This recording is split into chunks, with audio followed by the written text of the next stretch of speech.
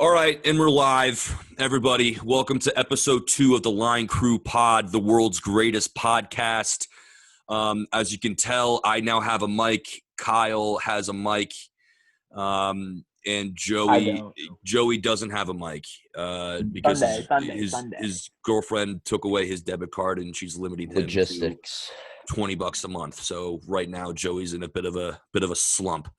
But no, just kidding. Joe's going to get his mic by Sunday, so we should be good to go by next Friday. But, yeah, it's great to be back. Happy Friday, boys. Happy Friday, boys. Kyle, you're the newbie to the pod. Why don't you go ahead and introduce yourself real fast? Well, I am Kyle Williams. A lot of people call me K Willie, on the side. Hey, Doobs. Follow me on, K Doobs, good old days, but you can follow me on social media, Twitter. I'm Kyle M Williams 2. So follow me on Twitter, Instagram, Kyle M Williams on Instagram. And if you want me to drop the Snapchat, I can drop the Snapchat, but that's for the ladies. Anywho, I'm excited to be on the pod. Yep, exactly. Send me your tits. I love nudes. I want to see your tits. Yep, love nudes. So anyways, I'm excited to be on the pod, learn a little bit about soccer, football. It's called soccer. Soccer, football, same soccer. shit. Yeah. It's soccer. Joey likes to be pretentious. Joey likes to be pretentious and call it football because he thinks he's European, but he's arguably more. Okay. Yeah, no, Joey's just a pretentious prick and likes to call it football sometimes. It's played with your feet. So you guys are very foot. It's called soccer, dude. Foot fairies. They call them foot fairies, right? Foot fairy. Yeah. I guess one could make a solid argument that the Chinese, who technically actually invented the game, have been calling it soccer along with other. Yeah, but they played it with heads of their slain enemies from the Uni dynasty from 14 AD. Find out more in our history podcast. Yeah. Yeah, dude. All right, Kyle, why don't you break down the first topic for us? Because Kyle's going to pretty much be our Kate Abdo, our less fuckable Kate Abdo today, just a mediator, a Molly Kieran without tits. So, Kyle, why don't you break down our first topic, and Joey and I will go at it. So, Tuchel's listening to our pod, apparently. Tuchel. He's new. Folks, he's new. He's brand new. Thomas, don't. Cut this out? Should we restart this? No, we're keeping this in. We're keeping all of this. Because I know. So I'm very bad with pronunciations. I'm sorry, guys. So again, go. Tuchel. Thomas Tuchel. Thomas Tuchel is going to be listening to our pod, and of course my notes. Kyle, you have a $120 mic and you're not using it. Right here. Can you hear me? Now I can. Could you not hear me from? Okay, I'm getting into it. All right. Jesus. Damn, nice. And then it's Kondi and Koundé, Jules Koundé, and Koulibaly. Chelsea. Koulibaly going to Chelsea. Koulibaly. Yeah. Koulibaly going to Chelsea. Joey, why don't you give your thoughts on this, because this is literally what we talked about a week ago today, about how Chelsea is so thin at defenders, but now all of a sudden they have 2 world-class defenders on their team in a matter of not even a week. I mean, it's a great move. I think it really gives them a solid back line now. I mean, they have the ability to play 3 to 4 solid center backs now with their roster, because they still have Thiago Silva. And then on top of that, they have these 2. But I mean, you also look at it too from a standpoint of, I had someone reach out to me who had listened to the pod, my boy Christian from back home. Shout out Christian. I hope you listened to episode 2. But hi fella.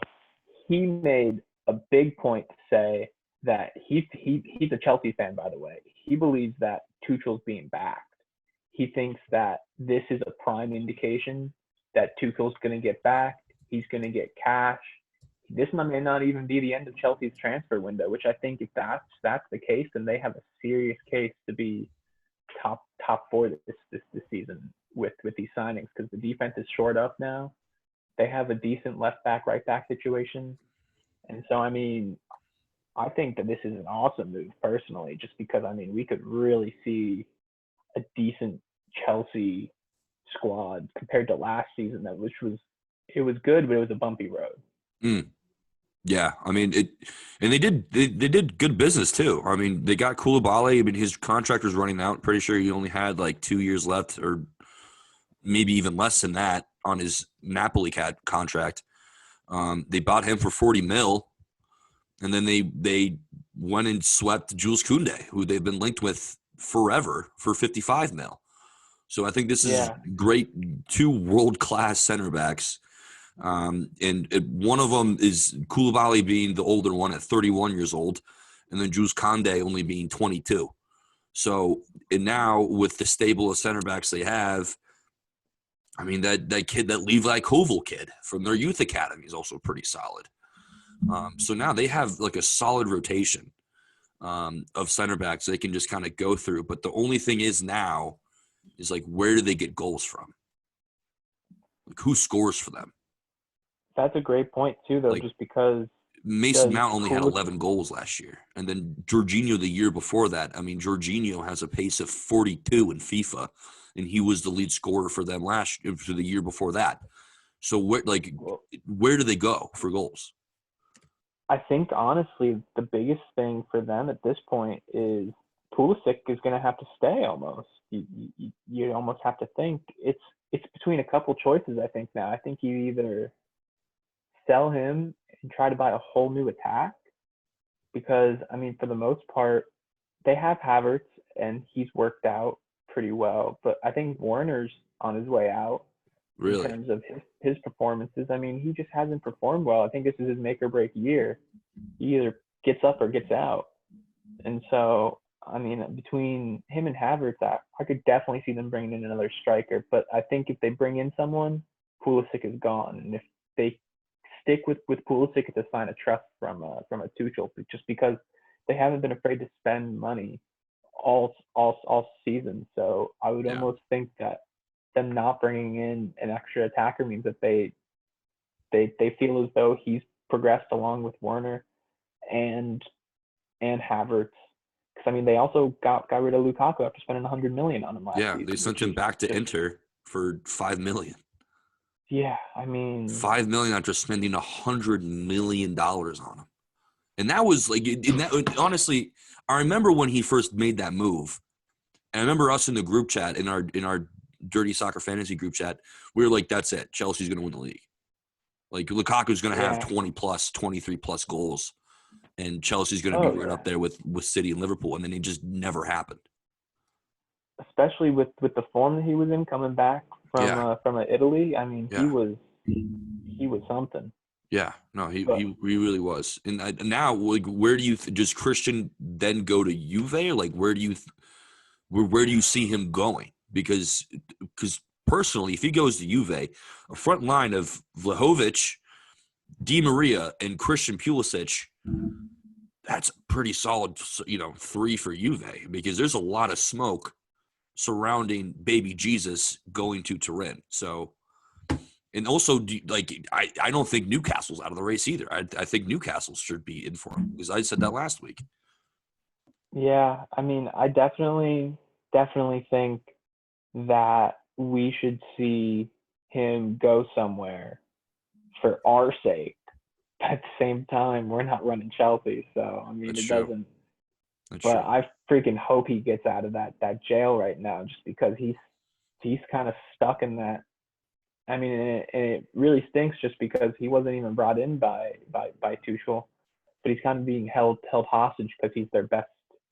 I mean, he scored in the preseason against Charlotte FC when everyone else was looking awful, They lost including that game. Gallagher. They lost that game. They did.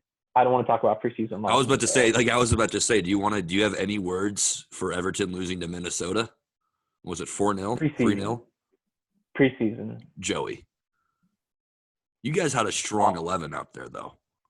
All I got to say is the boys ain't ever been to a place like Minnesota where the people just drink and drink and drink.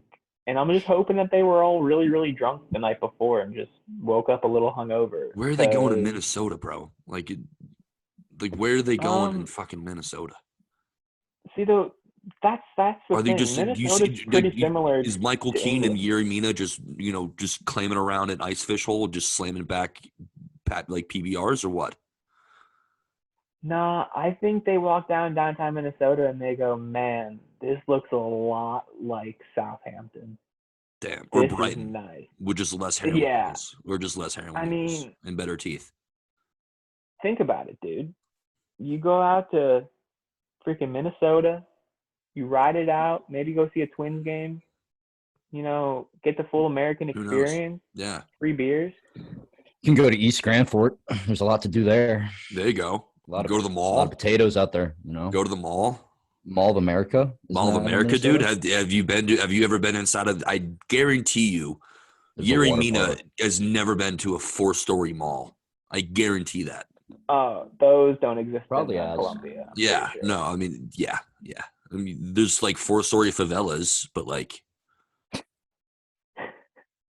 Well, I mean, I will say though, going back to your question, the nice thing is that if we get relegated, at least we didn't get relegated last season. And I get one more year. That was a hell of it. That was a hell of a push, though. I mean, that like. You can take me, huh? Yeah, you can dude. take me, team, but you can never take away Crystal Palace. Who did you guys come back like 3-0 down against? It was like Chelsea or United or something. You guys came back when it was like a must-win game. It was like a Tuesday or a Wednesday night game, and Richie scored 2. And you guys, like, it saved you pretty much from getting relegated. Like, it puts you above Burnley or Norwich. Are you thinking about the Crystal Palace game? The Crystal Palace game. Yeah, thank you. That's when we were down 2-0 at half and came back and won 3-2. Yeah, that game was wild. I remember that. I remember watching that. Yeah, you literally shitting your pants in the group chat. That was hilarious to watch. Oh, I will never forget that day where I was when I watched DCL. Yeah. Where were you? Where were you when Everton came back from 2-0 down? Sitting on the couch. Sitting in the couch. Watching the game. Sitting in the couch. Exactly. Yeah, Kyle. So where are we heading off to next in this we are heading glorious off episode? To a little preseason update for you guys. Who looks good? Who hasn't? We got Grealish and Ochoa's the next great Jake Paul Undercard. Ochoa, right? Yeah, Ochoa right. and Jack Grealish. Grealish. Jack Calvish is what I like to call him because homeboy has some fucking howitzers on his legs, bro. So this is fight sponsored by Twisted Tea, by the way. Thank you. Yeah, I was about to ask you for that. Yeah. Also, shout out to Lockheed Martin for sponsoring this podcast in Little St. James Island. I really appreciate that. Mm-hmm. But no, this fight was it wasn't really a fight. But Jack. So just to paint the picture, I wish we could show videos, but YouTube would take us down for copyright infringement. Bullshit issues, things. But no, basically there was a ball in on goal. Jack Grealish was chasing it down. And Ochoa came off his line as he has the right to do. And they kind of collided. And it looked like there was some spikage going on. Looked like Jack went feet first into that tackle and Ochoa wasn't too happy about it. And there was a solid pushing match. But honestly, I mean, Jack Grealish, would you fuck with – honestly, I think Ochoa would destroy Jack Grealish. Joey, what do you think? I think he would beat the fuck out of him. More than anything, I think the number one rule in life is when you're playing as a Manchester City player with a bunch of pretty boys going up against Club America with guys with nothing to lose and everything to gain. That's what I'm saying. You just don't go studs up. Yeah, know, because he went studs up and studs first. Like in the preseason, that's ridiculous. But, I don't know if you saw the video, but about 10 minutes later, he got one right back. Someone took him out from underneath him from a behind and got a yellow card. But it's like he was all upset about that, acting like he didn't do the same shit 10 minutes before. And it's just one of those things where I feel like in the Prem, some people see a Grealish do that and go, man, I can't push Grealish because the media will talk about me for 3 months about how I'm the fucker who pushed Grealish. Right. But when you're playing in a friendly in America with Club America, no one really gives a shit like who you are.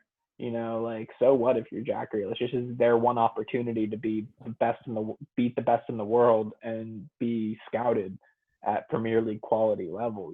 So like these guys are going hard in the paint and they don't fuck around. You get injured playing in a game and no one gets to see your film. I mean, these guys are making hundreds of thousands, if not millions of dollars. Like, this is, as Kevin Kisner once said, William, this ain't no game, or this ain't no hobby, Mm-hmm. Like, so like I kind of honestly side with Ochoa too. I do too. And I think fucking hate Jack, dude. I hate Jack Grealish. That's what happens when you go to City for $100 million, play about 7 games worth of games, and win a trophy on top of it. Yeah, you get a little full of yourself. It's the definition of being in a group project and getting an A on it when you weren't even in the group chat. That was when me you paid the teacher $100. Yeah, that was me as well. I mean, that's why I'm not playing in the Premier League. Yeah, I didn't try hard enough. Well, and also you're probably not that good at soccer either. No, I'm terrible at sports. Yeah. That's why I played high school. The whole not being good at soccer thing is probably the reason why you're not in the 100%. Yeah. And I think that's for any of us, really. I mean, we're just. Yeah, I would do it if I could. Yeah, I mean, fuck yeah, dude. Yeah. Like if I had to choose a professional sport to be good at and be at professionally at the professional level, I'm choosing soccer or F1 because being an F1 driver would be dope. But soccer has less spinal injuries. Yeah. That's true, but I feel like F1 has way more cocaine and in Monaco princesses. Oh, that's definitely true. You know what I mean? But also spinal injury. Nah. Yeah, but that's why you have soccer cocaine. Players get a haircut before every single game, so I mean, you get a free haircut every single game, pretty much. That's true, but cocaine and princesses in Monaco. You know what I mean? Spinal injuries kind of dude, you can numb the spinal injuries with cocaine. So and a blowjob from a Monacan princess. That sounds great to me. But that's besides the point, I guess. I guess you guys really aren't on the same page as that one. But no. I mean, I kind of am. Yeah. Come on now. Cocaine and a princess from Monaco, that sounds fucking amazing. That's the world's greatest duo. Sign me up. For me, yeah, honestly, I think Ochoa would beat the shit out of Jack Grealish. Kyle, you kept saying they should fight with their feet. Yes, I actually do think they should fight with their feet. Go ahead. It should be absolute reverse of normal boxing. It'll go through the roof, I think, pay-per-view wise. So just using their feet, and they have to be doing handstands too. So they have to be their hands are their feet. Right. Doing a handstand. Feet are their hands. So that's why it's sponsored by Twisted Tea, because it's fighting. It's twisted. It is twisted. Right. So.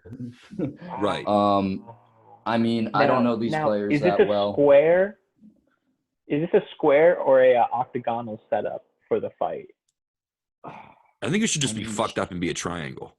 Because could you grip on to a cage and just beat people with your feet that way? You could. There's no rules. It's fighting. What if you had excellent core strength and you can just hang on to the chain and just kind of be there like a plank or a diving board, and you just that's constantly. What I'm thinking. Your feet are like helicopter blades. You're constantly you can't fucking get close to that. You can't get close to that. I think that would be wild. Sick. I mean, I think that's a moneymaker. Jake Paul, shout out Jake Paul. Yeah, you could take that concept. But I mean NFT, bro. How are they doing, by the way? How is Jake Paul's NFT doing? Jake Paul, all we ask though is for a 2% rake on your pay-per-view. That's all we ask. It's not that much. Come on, Jake. Come on, you have the money to spare, bro. Come on. I know Dana White's probably still hasn't paid you, but you can afford it. All right, Kyle. What's next? What's next, buddy? Yeah. Alrighty. So next on the agenda is Ligt. Am I saying it right? Ligt. Say more of the topic, dude. Oh, Ligt. Ligt to Bayern. Ligt to Bayern. That might be. Yes. All right. It's going to create some implications there. So, boys, discuss. All right. Joey, why don't you go first on this one because I had it last time. Well, so massive news. Bayern pulls the trigger on the man who's been linked with just about every top club in Europe, Ligt, coming from Juve. And so now it opens up a lot of money for Juve to be spending as they continue their rebuild, and it's going to be interesting too, just because now Bayern get a top man in their back line, and I mean they keep doing what Bayern does, just buying the top talent in the world, and because why make it yourself when you can buy it? So I look at it as one of those things where it was mutually agreeable, just because Juve has the cover at center back, and I mean £70 million for him. I It's thought it a was 80 lot mil. of money. I thought it was 80. Oh, was it? Was it? Yeah, I Was was it reading 80? that was 80. 80 and some add-ons as well. So then it's even more reason to say, you got to pull the trigger if you're Juve at that point. I mean, you probably will never recover your investment on that in that type of way. So I mean, I just look at it as one of those moves where it's mutually agreeable, mutually beneficial, and also I mean, you could make a solid argument that you could bring in 3 solid players for that fee if you're Juventus, which would invigorate their entire rebuild and put them in contention again, I think, for Serie A. Yeah, no, I agree. And also 80 million is you can get a lot of dudes for 80 million. Yeah. That is like that's enough money to fund a pretty solid, nice little rebuild. And Allegri, I mean, he's been backed somewhat. Like he wanted Vlahovic, and they got Vlahovic. He wanted Di Maria on a free, and they got Di Maria on a free. But Bayern, though, I mean, their back line's ridiculous now. Yeah. I mean, they have Upamecano and De Ligt as their 2 center defenders. And once Alphonso Davies comes back, he's on the left. And then Joshua Kimmich can either play that right back spot, or he's probably going to play that 6 like he always does. And then who's their right back? Benjamin Pavard. He's not trash. Or Lucas Hernandez. They can even throw Hernandez in there as well. I mean, in Bayern is like, does this make them? They're going to win the Bundesliga, obviously, but does this make them solid contenders now in the UCL? Like, just How about with we this talk one about that a little transfer? bit later? I'm just asking. Like, I'm just asking in generality. Like, I got a hot take for you coming up. okay, On that. all right. He's got a hot take, everybody. Ooh. He's got a hot take. Hot take alert, dude. Hot take. We need to get all that, right. like the alert. Yeah, we need to add that in. We need to get more depth with the audio editing. Kyle, correct me if I'm wrong, but the next topic is going to be Lewandowski to Barcelona. Yep, Lewandowski to Barcelona and its effects, and is Bayern going to replace him, and with who? So boys, if you don't mind, Joey, let me take the lead on this one because I'm very passionate about it. No, I like it. Who Mr. Bayern Roberts can get to replace Lewandowski is this kid named Karim Adeyemi. Okay. He's at Salzburg right now. He's 19, 20 years old. He scored 15 plus goals for Salzburg. He's pacey as shit. He's good on the ball. You're not going to replace a guy like Lewandowski. I mean, Lewandowski literally broke every record there is to break, not only in the Bundesliga, but just in the European top flight history. So they're going to probably need to bring in a couple of guys. But if I'm Oliver Kahn, like Bayern's head of football director, I mean, I'm going after a younger kid who we can kind of develop, maybe even get 2 guys. Maybe get Kareem, maybe get like a younger guy who can sit and learn and be a super sub of sorts, and then maybe get an established European striker.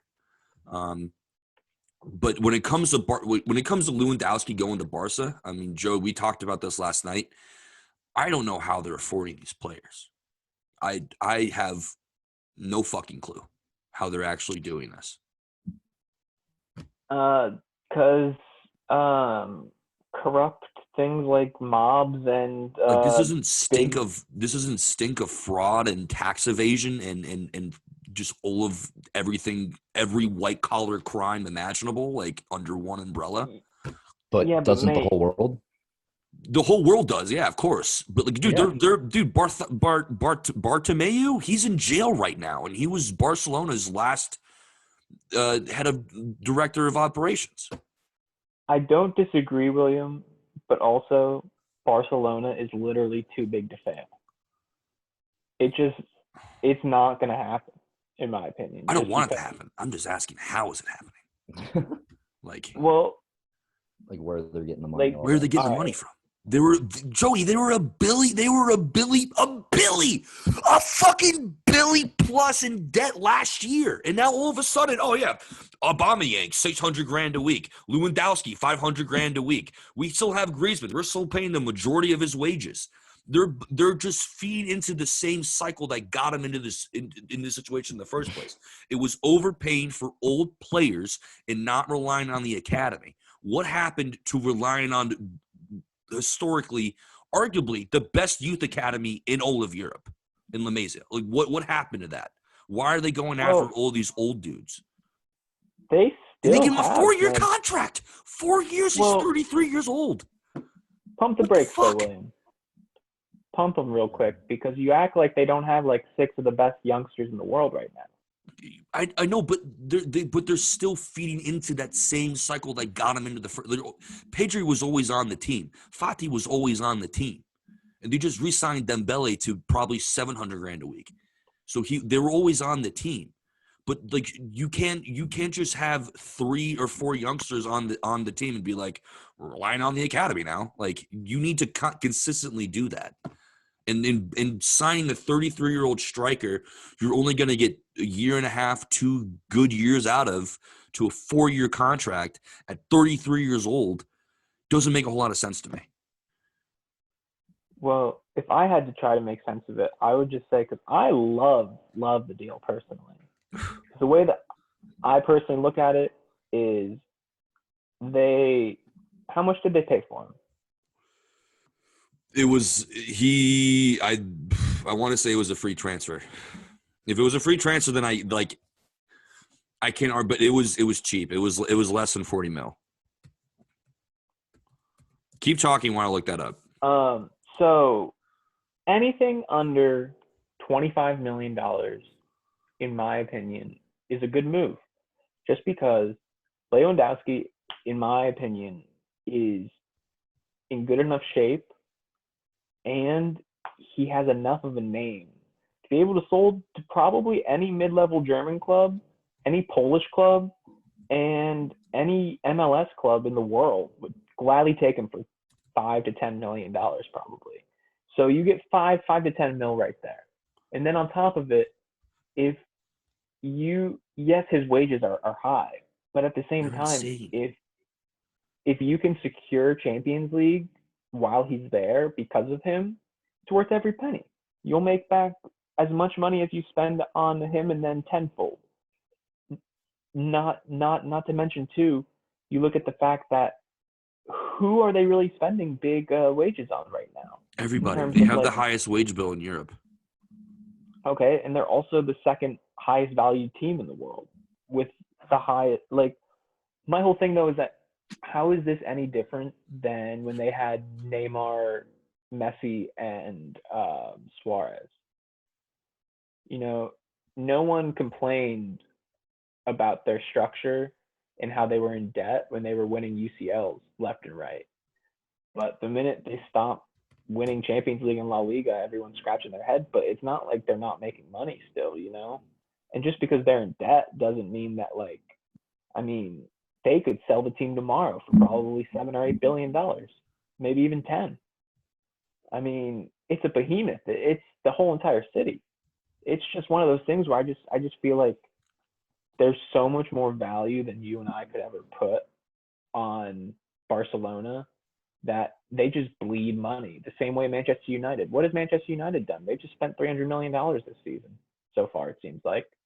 And what have they done? They let Pogba go for free after spending $100 and something million on him. But like no one ever talks about United. You know, I mean, they spent 80 million between Pogba, Maguire, Ronnie. Well, Ronnie, they got Like when he was there though, like before he left. I mean, his wage bill. If you're talking about wages, not even. I'm just talking about transfer fees. If you look Oh. at Pogba, Maguire, you can even throw in Van de Beek for he was like what 40 or 50 mil. Yeah, Pogba was 80. Maguire and then was you also 80 you throw somehow. in Martial was like 50 when they bought him. They also bought Juan Bissaka for like 30 or 40 million. I thought it was more than that. I thought it was like closer to 60. It might have been. It might have been. I mean, but then you also look at Manchester City. They've spent like $150 million on three players. But these teams aren't in giants amount of debt though, Joe. Well, because they have the Saudi league and all their other people just pumping them full of funds. Barca's doing it the old-fashioned way. Just take on debt, win the Champions League. But that's what. But they haven't. But that's the thing right there. They haven't been. The on-field performance hasn't been there. They're taking on all of this debt. They're taking on all these loans from banks and other sneaky, dark companies that we don't even know exist. And they're not performing on the pitch. Like it's one thing to take debt and to perform because like obviously like you said, if you win the Champions League, if you go far in the competition, if you're winning the league on a regular basis, that debt's going to get paid off no problem by the end of the season. But that on-field performance isn't there. They still have 320 million euros to pay to 4 players. They owe Felipe Coutinho 40 million. They still owe Frankie De Jong 48. They remember that Malcolm kid that they bought? Yeah. They owe him 20 million euros. And they also owe Arturo Vidal another like 30 or 40. So they're buying players and they're legit not even paying them. So where is this money fucking coming from, dude? Like that's my whole point. It's like they're just feed into the sick. It's just a circle. It's just we're gonna take a loan. We're going to get knocked out by PSG in the quarterfinals, and then we're gonna finish 4th in the league. They're gonna secure European football. No problem. That's a given. Barcelona is always going to be in the Champions League. The day Barcelona, last year they played in the Europa League, and that was an absolute shock to people. And they got knocked out. Yeah. They got knocked out. So like they can afford to bring these players in corruptly and weirdly. They're not going to pay them. I mean, 4 players, Felipe Coutinho, they owe him 40 million pounds. Do they owe him or the team that they bought him from? They owe him in wages. Yeah, then I don't know, mate. That's ridiculous, dude. I look at it this way too, though. The only thing that I can think of is just the mere aspect that if Barcelona wasn't in La Liga, it would legitimately crumble. Same with if Real wasn't in La Liga. Yeah. So La Liga will prop up and bend rules and do whatever it needs to do to keep Barcelona in it. And at the end of the day, I'm just a firm believer that with Xavi there now, this is just their big bet. You know, go big or go home. Because in my opinion, worst case, you sell the club for a massive profit, like of $8 to $10 billion probably. Because, like, don't get me wrong, I don't know Jeff Bezos or Elon Musk like that, but if you look on Forbes, I mean, Barcelona is valued at $5 billion right now, and it goes up like 1 to 2% every single year. So they own their own stadium. They have $692 million in revenue as of last year. Now, granted, to your point, yes, they are 15% in debt compared to their net value. But if you have a net profit of 85% as an owner, a pretty good bet if you're taking your risk and that's like your like floor for your finances. In my opinion, they're just doing it in a way that like we don't see anymore because now everyone just has so much freaking money that they shit it out of their pants and the Saudis are like, yeah, we'll spend $750 million in transfers over the last 3 years. You want to know why? Because we put 4 bills into the team. So we don't give a shit. I mean, it goes like completely kind of tangent, but I mean, you look at Live Golf. You know how much the Saudi fund has? $360 billion. Thank you. $360 billion. And that's nothing to them. It's nothing to them. But it's insane. But then you look at like a Barcelona. Barcelona doesn't have $360 billion lying around, so they have to take on loans and all that stuff. And so, like, my whole thing is that I don't disagree with you. I think it's sketchy as shit. Yeah. But the world was sketchy before people had just blood money and stuff, and now it's even more sketchy. Just it's like the way Charles Barkley was saying it today about live golf. There's blood money everywhere. Everyone's money is dirty. At the end of the day, if you have that much money, something happened. And that's just the reality of the situation in the world, you know, like that's just life nowadays. And so like the way that I look at it, it's no different than the Saudis. They're just doing it in a different way, you know? Yeah. But the thing is, like, yeah, this revenue is coming in, but like it's not going to the club. Oh, no, not you know what at I mean? all. Like they're using that to pay off loans. Yeah, but I mean, if and like you still have their players to revenue pay. I mean, they still have revenue Robert Lewandowski to pay $500,000 a week to. Oh, no. So I totally agree. But if your revenue is $692 million getting kicked out of Europa and coming in third in the La Liga, imagine if you win the league and win like triple the way that they were. You know, I mean, that's probably $1 billion in a revenue a year. Yeah. I mean, one could make a solid. I mean, I remember when Messi was up for renewal, everyone was telling them to sign him to a $700,000 a week contract just because he pays for himself in jersey sales alone, which is insane to think about. Which is yeah. That one man can literally. Think about how many little kids, if you just walk outside and go to a soccer field, are wearing a Barcelona Messi number 10 jersey. And that's not even in Barcelona. That's just like jersey. Yeah. I have a Barcelona jersey. Go to Estero, Florida. Go to Three Oaks Park. I guarantee you there'd be 4 to 7 little kids in Estero, Florida, playing soccer in a Messi jersey. That's just my whole point. Is that not even Messi and Ronaldo built literal institutions out of Real and Barca in terms of marketing, to the point of where now you put anyone in the 10 of Barcelona or in the 7 of Real Madrid. I mean, think about how many Hazard jerseys there are. Hazard doesn't even play.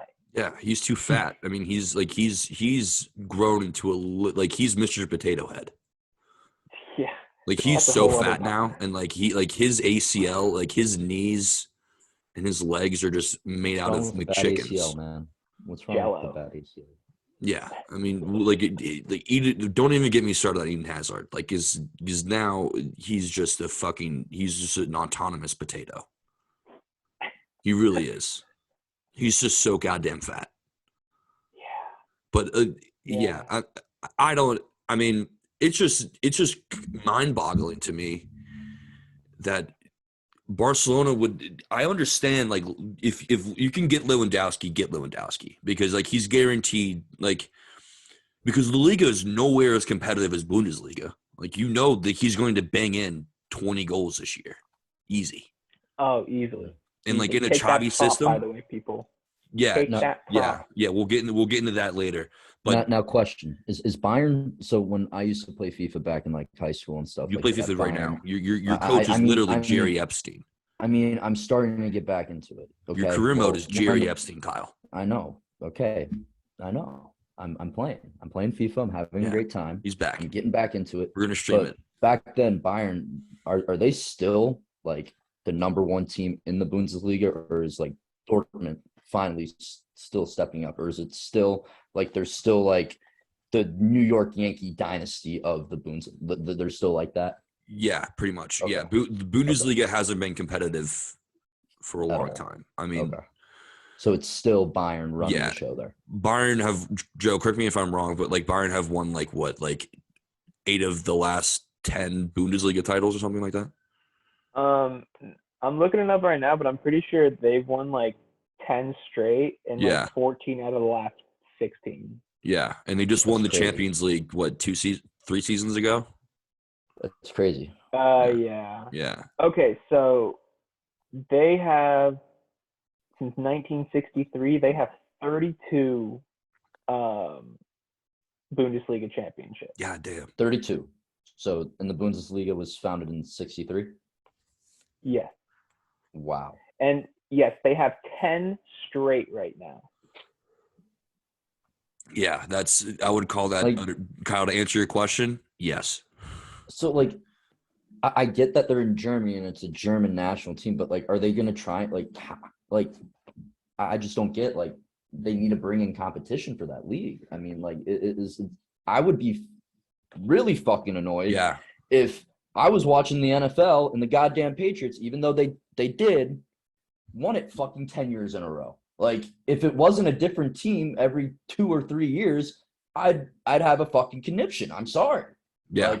Like Like I have a brain aneurysm. Like if I was in like an Eintracht Frankfurt fan, I'd be like, kick them out. Yeah. Like not even Frankfurt, because now they have European football and like now they actually have something to cheer for. But if I was like a Mainz fan, I'd be so pissed. I would just be like, I just don't want to get relegated, because like you're just battling. If your team in Bundesliga isn't Dortmund or Bayern Munich, you're like, I just hope I don't get relegated. Yeah. Like that's because like there needs to be some serious competition inputted and placed into these leagues that aren't the Premier League, because Liga now it's basically it's kind of up in the air. I mean, Lille just won a title in Ligue 1, so Ligue 1 is teetering on becoming more competitive because it's just tough for these small marketed teams to compete with Saudi money. I mean, PSG has been owned by the Saudis for better part of 2 decades, if I'm not wrong. But I mean, but yeah, to answer your question, yeah, like they're Bayern have owned the Bundesliga. Yeah. They've won 21 out of the last 23 Bundesligas. That's insane. I'd be pissed. That's insane.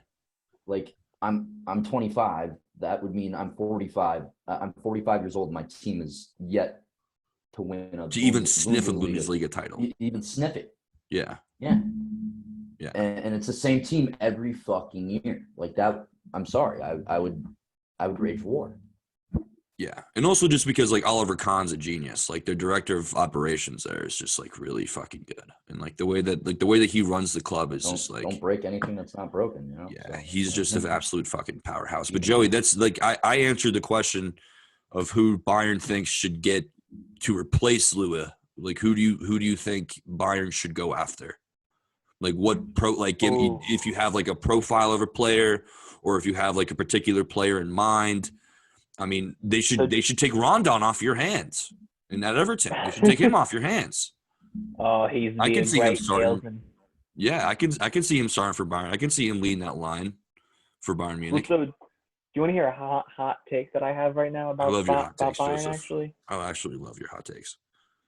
I think that personally, Bayern has kind of been wanting to get Lewandowski off the books because of his high wages, simply because their bench is ridiculous. Like, when I mean ridiculous, I mean like Bayern's roster is to the point of where do they even really need to bring anyone in? Because they brought in Mane. And so now you look at it, they have Mane, Gnabry, Sane, Mueller with, I mean, also they have a couple more young guys coming up. And then, as we already talked about it, their midfield is solid. Mm-hmm. And then their defense. Oh, they also have Coman. Yeah, I forgot about Kingsley Coman. Yeah. They have Choupo-Moting. Yeah. Well, he just has a really good agent. The fact that like Choupo-Moting is still around and like still playing on a consistent basis is kind of ridiculous to me. Though. Don't sleep. He still I'm sleeping hard. I'm passed out on Eric Choupo-Moting. They also have this one guy, Joshua Zirkzee, who's really good. He's young. They have that Jamal Musiala kid who's like more of like an attacking midfielder / inverted winger that they can kind of probably put in there as a false nine. But yeah, like They Serge also have Gnabry can. Sabitzer. Yeah, and so he's midfield. But like, do you think now that they bought Mane, like, do you think that he's going to play through the middle or like, because a front three of Sane, Gnabry, and Mane, that's fucking terrifying. So personally, I think Mueller's going to play through the middle because he's a lot less mobile than he was in his past. And I'd make a solid argument that it'd be Mueller in the middle, Mane on the left, and then Gnabry starting on the right, but it'll be Gnabry and Sane switching off with whoever has the hot hand, I think.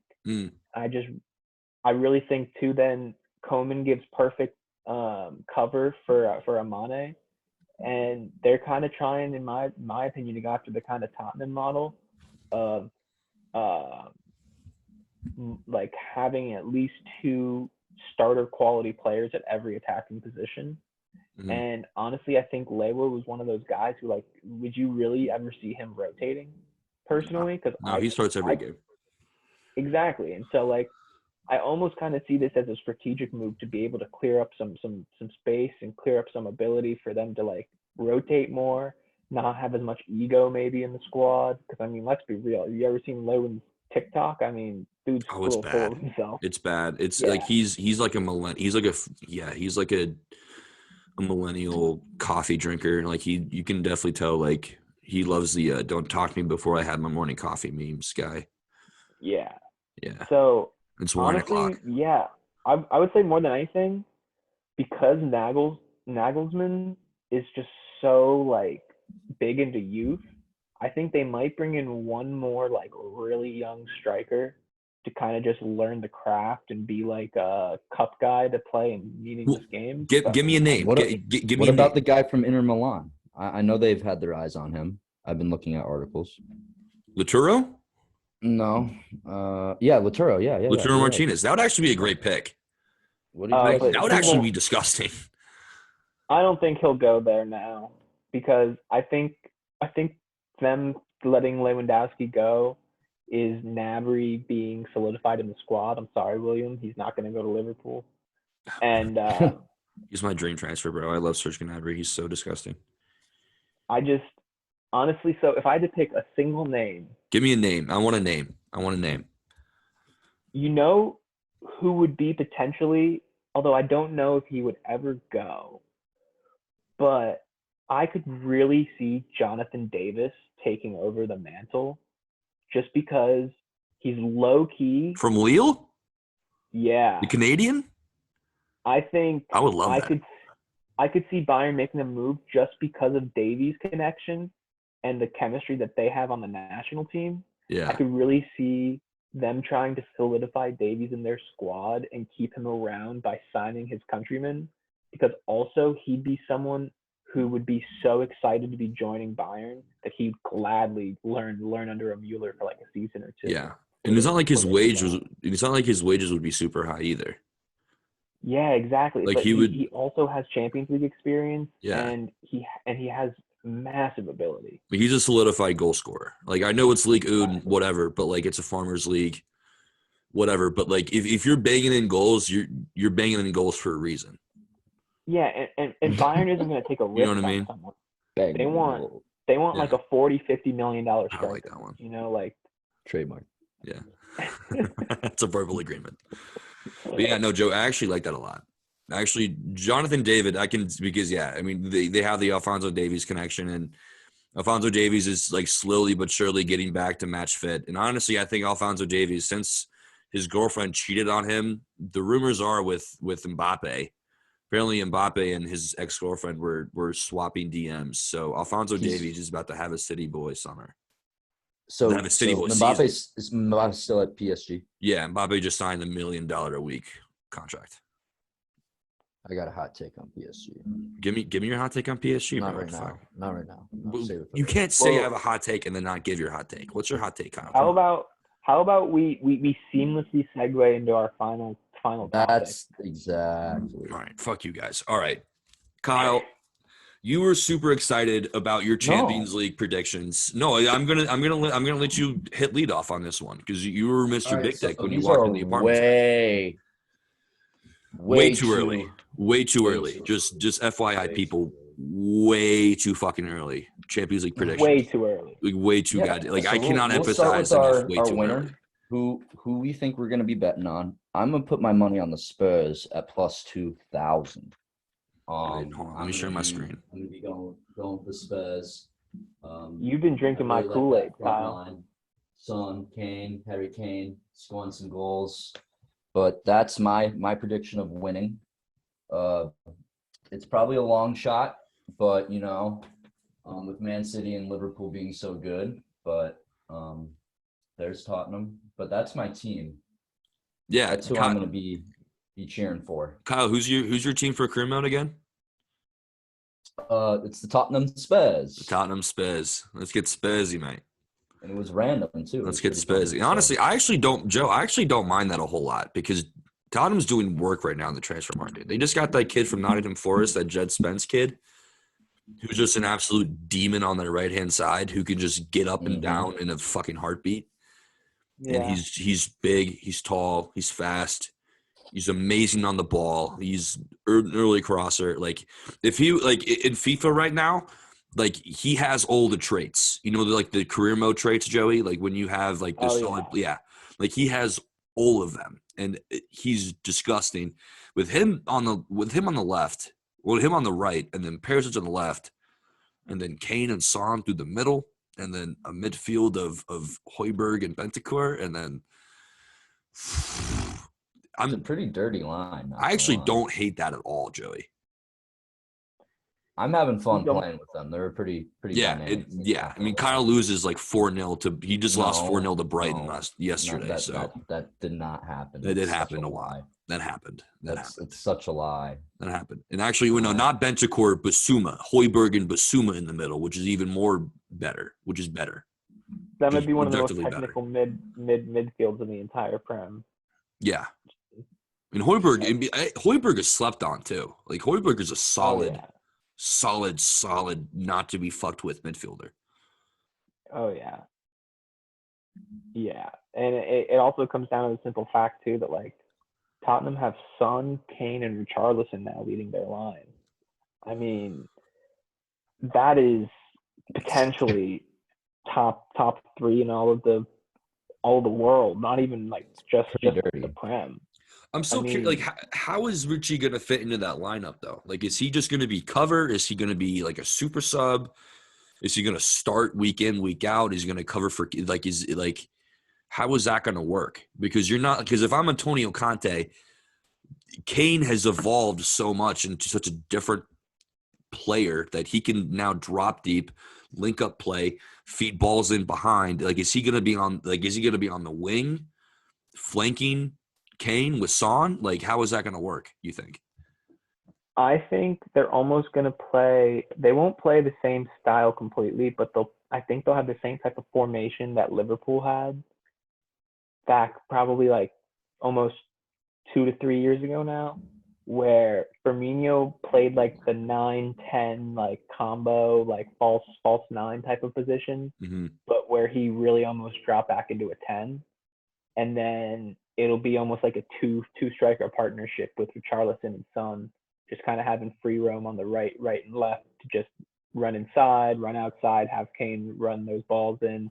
Because honestly, at first when they made the signing, I really thought that it was silly and that Kulusevski was just going to be getting all the time and that Richie was just going to be covered for 60 million. But the more I look at it, and the more I see like the training videos and all that stuff, like Richie's going to be an integral part, I think, of this team.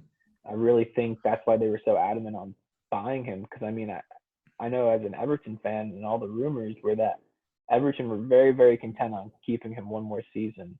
And a lot of teams thought that the price tag was just a little bit too much for how much he had left on his deal. Considering if they just let it ride out one more season, he could be for like a $25 million player with his contract situation. And Tottenham were super adamant on that, and they're never adamant like that.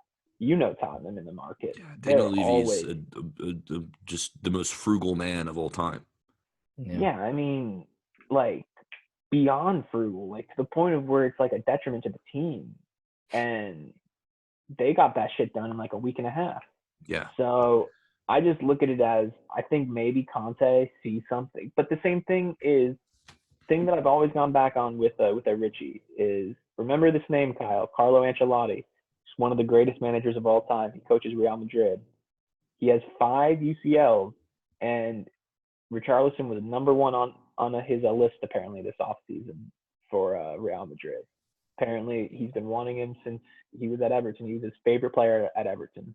And I wouldn't be shocked if Conte has the same type of love affair with him, just because, I mean, even if he's not to where they think his potential is right now at like the present time, I mean, he's only 24.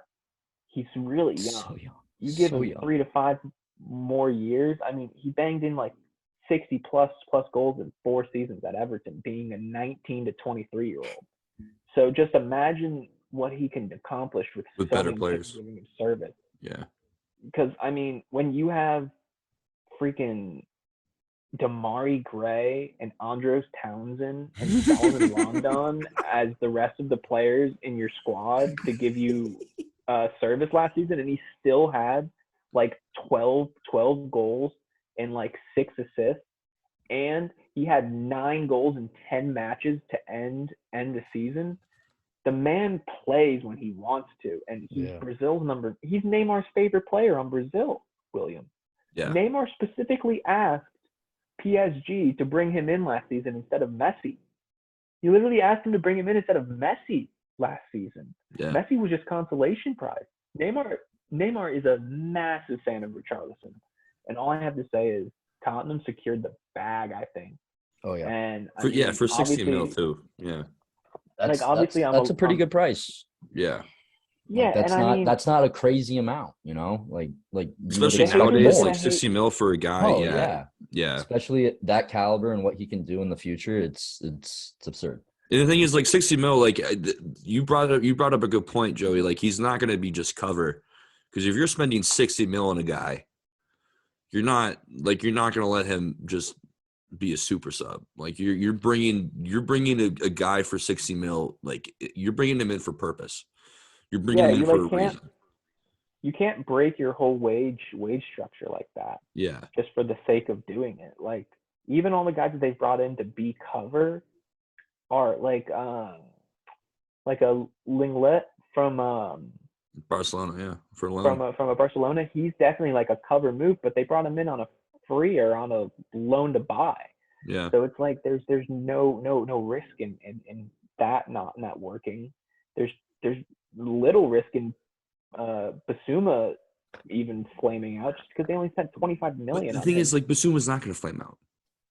Well, yeah. Basuma's not going to flame out. He's not going to flame out because he was Brighton's best player, like without a doubt. Him and Cucurella, so, I don't disagree at all, but the only argument against like a Richarlison, for instance, is that like not getting consistent every week game time and having to play an extra game a week in Champions League, and also the uptick in talent level on Champions League, even from the Premier League, and having to play 65 games this season if he's healthy. Yeah. I mean, that's a serious season. So, I mean, like, I think I love the pick because I picked them as my dark horse to win the Prem last week. So, and they're what, like plus 1,400 to win the Prem last week when we had the first episode. Yeah, they're at plus 14. Plus 1,400 to win the Prem. That's not. And like if City or Liverpool have some injuries, of my money right now. Yeah, like if City or Liverpool have injuries, like I can definitely see Tottenham making a run because and PSG they're a whack-a-mole of injuries too. Yeah, well, yeah, we're for the UEFA. Yeah, for the Champions League, absolutely. I mean, PSG's not going to win a Champions League anytime soon because they're just that's my bust, by the way. Serial bottlers. Yeah, that's not a all right. So Kyle, if you had to give me one more hot take, you don't know any of the teams on here, and you're just going to look at a number that you go, holy shit, that is crazy odds, who would you pick? Kyle, we talked about Ajax before. We talked about I this was Dutch team. I was gonna say Ajax for sure. I was looking at them earlier while you guys were discussing some things and on the pod. They don't have Ten Hag anymore, though. I saw that. They're gonna be okay though. Like Ajax is like one of those teams where they just who's Ajax's new manager? That's actually a really good question. I mean, were they in the UEFA last year? Were they in the champ? Oh, yeah. And I'm pretty sure they made it to the top. I think they made it to the quarterfinals. The quarterfinals, yeah. I remember. I mean, they are a sleeper. I would say. I mean, if I had $50 to throw, I'd throw $50 on Ajax, 100%. Like a little pre UEFA tournament bet. A nice little $5 to win $3,000. Yeah, dude, that's not bad. Like, it's not bad. Throw $100 on Tottenham. There's my 150 bet for the UEFA, and then I'll do my little bets for games that pop up. Yeah, that's not bad. All right, so now that Kyle's given us his favorite and sleeper and William, bust. He also gave us a bust. My bust. Yeah. He also gave it. So PSG. I guess we're doing favorite, sleeper, and bust. Yeah, so I would say PSG due to the whack-a-mole of injuries. Clubs just always hurt. Sergio Ramos always sidelined. Neymar. He didn't play at all last year either. Neymar Sergio Ramos played injured. like 7 games last year. Yeah. So, Neymar, he's injured. He's going to be out for 2 months is what, a bunch of reports are saying. So it's going to be a flippity flop of a depth chart, and it's just not consistent, So flippity flop. They got Messi, they got Mbappe. Like that's, they're going to be ramping up attack for sure. But who knows? I think they're going to be my sleeper. If I was looking at this board right here, out of all those teams, and I didn't know anything, I'd pick PSG out of all those, especially those top 10, like Manchester City all the way to Tottenham. I'm going out of all those, PSG is the biggest bust out of all of them. Okay. All right. So I guess we're giving 3 picks then. Joey, what about you? Give me a favorite, dark horse, and a bust. So I would definitely say that my favorite would be Bayern, I think, honestly. Okay. Plus 700. Just based off of the odds, because I don't really like the value that Manchester City's getting and their history. I don't either. I don't like Liverpool having to break in a new line. Fuck you. Love you, buddy. Fuck you. Yeah, we love you. Mo I hate Salah. you. I hate you so much, Joseph. I think realistically though, I think Bayern gives the best odds just because they bring back one of the more less picked apart squads this season. Like everyone, I feel like in that list, minus maybe Liverpool and Manchester City, or maybe not even Liverpool, but just Manchester City. Manchester City, Bayern, and probably Real Madrid are the only teams that are really bringing back the core that they played with last season and did well with. And so I just look at those teams as the favorites, and I think out of all of those, Bayern has made the moves to now have one of the best backlines in the world. And I think just with the Ligt and Upamecano back four being their anchors, like especially if they replace Lewandowski with like someone serious, I think that they're solid favorites to win. Yeah. Okay. Dark horse? So I think personally, my dark horse, and it's a super, super big dark horse, is going to be, I kind of either really, really like Sevilla or Atletico Madrid. Wow. All right, Yeah. dig into that a little bit. Unpack that a little bit for me, Joseph. So Sevilla's won, 4 out of the last 5 Europa Leagues? Wasn't that Villarreal, though? Was that Villarreal or Sevilla? I thought that was Villarreal. No, Sevilla. No, you're right. Sevilla. Yeah, Sevilla. Yeah. So Sevilla has won, I believe, 4 out of the last 5 Europas. And I believe Atletico Madrid has made the semifinal 4 out of the last 5 seasons. So just based off of that, I think they have really strong value, even in just the make it out of the group stage bet. That will probably have them at Atletico, not at great odds, but I think Sevilla will be at great odds to make it out of the, like, you'll probably get them over 1,000 just to make it out of the group stage. So I think that they're a great team to look at, just because, 2, they have a lot of tournament depth. And now that there's no more away goal stipulation, there's not going to be those funny scores where, like, Barcelona and Real Madrid played to a 2-2 draw, but because Barcelona was at home, they got through, like, or they didn't, like, it doesn't. Yeah, they didn't get through. Yeah. So, like, I just look at, like, Sevilla as one of those teams that, like, they are consistently, like, good. They're hard to beat. And then on top of it, I look at Atletico as having the best keeper in the world in Oblak.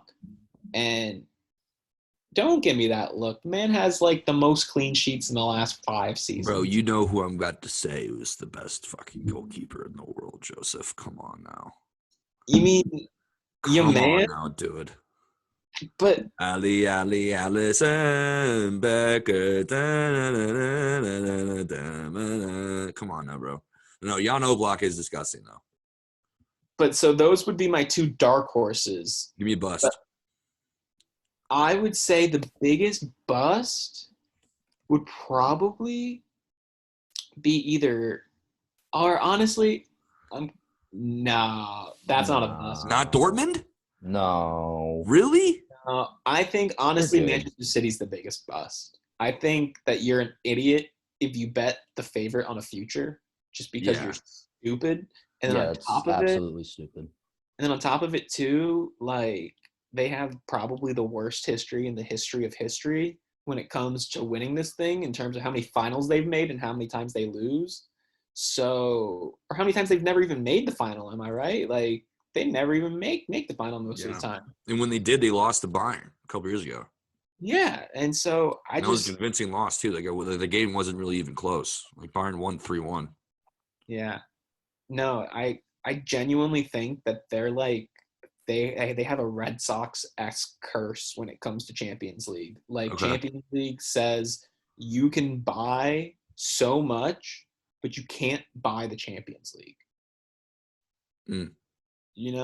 And so I would say City is probably my favorite for the dark horse, because I don't think Dortmund's going to do well at all this season.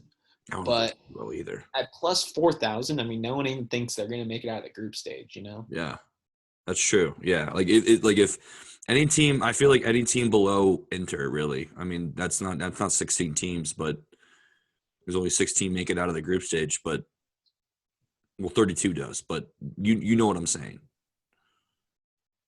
Yeah, I mean, basically anything, because anything above AC Milan, those are the top 12. So anything below that, realistically, is a crapshoot. They're going to give you even odds at best for them to get out of the group stage. So, I mean, like, maybe they would be considered a bust, but I would also say that when you look at the teams below them, like, I honestly think that Sevilla, Napoli, and Leverkusen will probably have better seasons than them. That's one thing. Okay, so that's like a perfect segue. So I'm gonna be boring.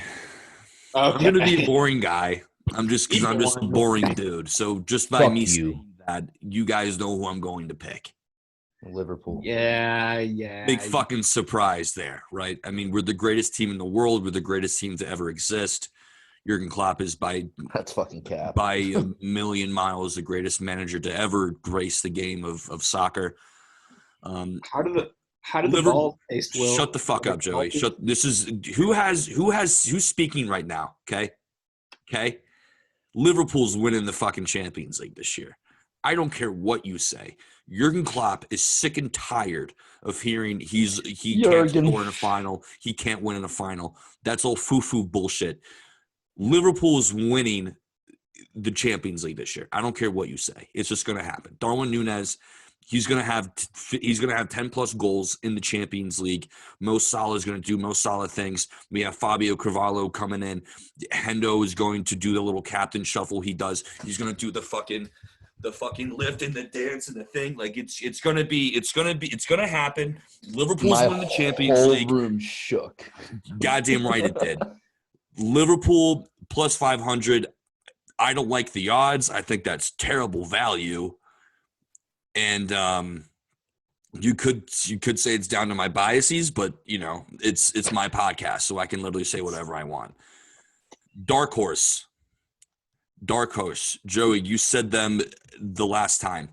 Leverkusen, listen, I'm not picking them to win it. But look for them to do some damage. Okay? Let's score 4 goals. Shut the fuck up. They have a great front line. I'll give you 2 names that you need to pay attention to. Moussa Diaby and Florian Wirtz. Okay, those 2 guys single-handedly can very easily carry a Leverkusen team out of the group stage in at least, like, I'm thinking like they're going to make it, like they're going to have like a 2018 Ajax year where they go to the semifinals out of nowhere. Really? Yes. Leverkusen at plus 15,000, 1,000%. Leverkusen, and they have Patrick Schick. They have a known goal scorer. I just like them a lot. I just like Leverkusen at the value I'm getting them and the players that I know that are on their team and on their squad, the quality that they have going forward. I think they have a pretty solid team, and I think they can at least make it to the quarters, definitely make it out of the group stage. So Leverkusen at plus 15,000 is not a bad bet for me at all. When it comes to a bust, and Lorenzo Berardi, I really hope you're not listening to this part of the podcast, because Lorenzo Berardi is going to drive up to Atlanta himself and slap me in the face for what I'm about to say. But my bust is Juve. Okay? That's my bust. Juve, they're not the Juve of old. You know what I mean? Like when I watch Juve in the Champions League, they just look so lethargic, and like they haven't gotten rid of Allegri. He's still there. And there's something about Juve that I just can't get past. Like I like Juve to win probably the Serie A like they do every year. But when it comes to Europe, man, like at plus 2,800, like they're not complete long shots. Like those, like that's pretty solid value.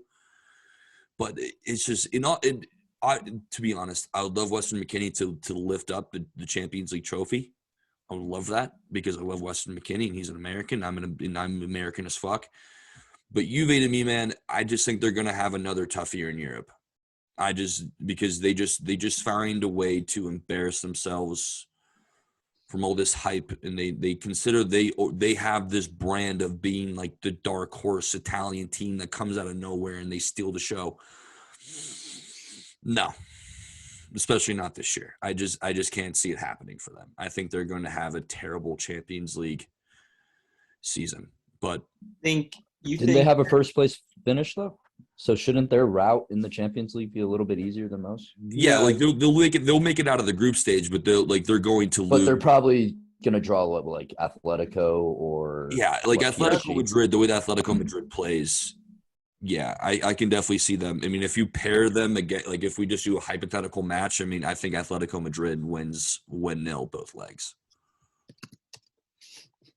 Well, but the thing is too, though, is that they didn't have a good season last year. I mean, they finished 4th, right? I believe so. I'm looking it up right now. Yeah, they finished 4th. They barely even squeezed into Champions League, so they're not gonna have an easy path. I'm honestly with Will. They might not even make it out of the group stage. Yeah, because I mean, it's just a food for thought, like. Yeah, they're going to get put in a group probably with the likes of they'll probably get one Pool A team, which is going to be a champion of one of the leagues. Mm-hmm. They'll probably get at least the likes of a Barcelona or maybe a Dortmund. but at the same time, like, you know, even if they get, just imagine if they got, and this is purely hypothetical, but like Real Madrid, Real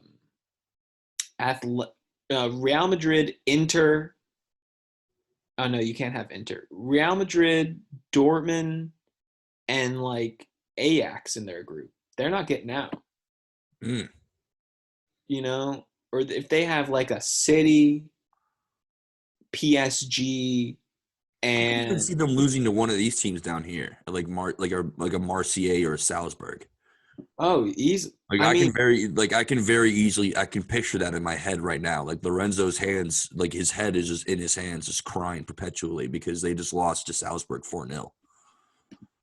Wait, what? Like I can very easily see that happening.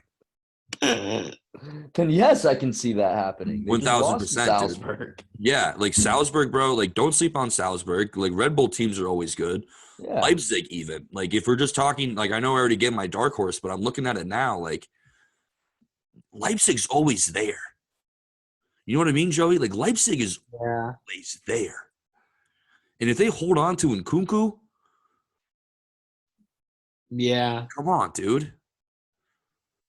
Well, so They have a good team, man, too. I will definitely say too that another thing about Juve is this year for them, I think, is a pivotal year, just because I think there's going to be a serious changing of the guard there, and maybe we can bring Lolo on for a Serie A breakdown one day. Yeah, Lorenzo Berard needs to hop on this podcast. But shout out Lorenzo. Shout out Lorenzo. Shout We out. miss you. Shout out Lorenzo Berardi. We love you. Maybe we might have him on the next pod. You never know. Yeah, you never know if he's not too cool for us. Put it in the comments, people, that you want to see Lorenzo. Peer pressure works. Yeah, his ad is at Lorenzo Berardi. He makes really cringy TikToks, so you should also look. And he works for the Florida Panthers too, and they're a really good hockey team apparently. So yeah, I mean, but no one actually cares about hockey. But you can learn about that on our hockey podcast, though. Yeah, which we're never going to make. We're just gonna have a podcast for literally every subject possible. We're trying to, yeah. That one will lure all the Canucks, you know. Yeah, exactly. Yeah, what's that all about? You know. Boot.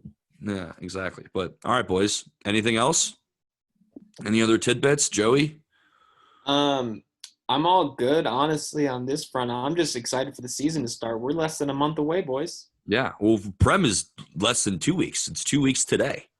2 weeks today. 2 weeks from today, we're going to have Prem, and I can't wait. Let me just look up the first game of the Premier League season. It's going to be Crystal Palace and Arsenal. It's the very first game. Wow, a good old Patty Vieira back against his old club. And he's at and Crystal Palace is at the Emirates too. Wow. So that's August 5th at 3:00, and we know what happened to Arsenal last time they had, a first game, an opening game. They lost to Brentford. Yeah. So anything can happen, folks. Anything can happen. Kyle, I appreciate you joining. You're going to be on next week's pod. Anything else, bud? You want to add? No, nope. Can't stop burping. Fucking Christ. He needs Tums, everybody. He needs Tums. I need Tums. I'm at the eating a whole bottle of Tums right now. We are probably going to work very hard to get Tums to sponsor us. I will make sure of that. Yeah, Tums. I fucking love your product. Little Mr. IBS over here. Hit me up, dude. Like my heart perpetually feels like it's being thrown into a volcano. Please hit me up with 3 bottles of Tums. I'd fucking love it, dude. I would absolutely love it. And also what I would do, Tums, I'm speaking directly to the CEO of Tums right now. I will rank your products. I will legitimately rank your products. If you send me them, I will break down like the gummies are my favorite. Tums gummies are by far the best heartburn antacid medication you could possibly have. I eat them like Skittles. Okay? I mean, in college, I used to eat them like everyone be like, "Oh, you want some Tums gummies?" Oh, and I'd dude, take them like it was candy. Yeah, no, I would eat the Tums gummies like they're Sour Patch Kids. Like I And then swear to some fuck. girl in like the nursing like department, like who was studying like for nursing school, was like, "Yeah, if you do that, you can like kill yourself." And Like I'm like, way too "Really?" much vitamin C, but I don't care because they taste good, and assorted berry makes my stomach feel happy. Okay, so fuck off, Samantha. I don't care what you say. And if you want to send us Tums, please DM us on Twitter or Instagram or TikTok, and we will provide an address. Yeah, we will provide an address. We will provide an address. We got two. we have 2 addresses to send them to. So, CEO of Tums, you're lacking because you have a massive Tums connoisseur speaking to you right now. And please reach out to us at thelinecrew69@gmail if you have any have any inquiries. Yep. Yeah. Love to get people on the pod. Yep. Yeah, CEO of the Tums. I would love to have you on the pod. That would be a great episode. We can just talk about what new antacid medications, what's the process that goes into making an assorted berry tablet. I would absolutely love to talk about that. I'd love to break that down. But all right, boys. Joey, you had one more point, didn't you? Yeah, he did. One more thing to get off your chest. My one single point is we had huge news for the U.S. men's national team today. Chris Richards, you made me think about it He's a magician. With the Palace. He's a new Crystal Palace player as of today. There we go. Clap it up for Chris Richards real fast, folks. Clap it up. Clap it up. America the Brave, America the Beauty, Chris Richards. He will be our future center back. That is all I wanted to say. I'm hearing Team USA Soccer kind of did like a turn for like the good is what I'm hearing. Well, that's that. Like, we'll cover. Like well, we're actually we should give a breakdown of the USMNT next pod, Joseph. Let's do it. I think it's time for us to finally talk about that because they used to fucking suck. Yeah. We got knocked out by Turks and Caicos, and they have a GDP of a pile of sand. So it's literally nothing. The world's most historic country gets knocked out by Turks and fucking Caicos. That's a vacation destination, not a soccer country. Not a soccer country. But yeah. All right. Yeah. Boys. That's all podcast. Yeah. Great fucking pod. We'll see you guys next week. Thank you for listening. And we love peace the out. listeners. Happy Friday. Happy Friday and have a good weekend, guys. Stay safe.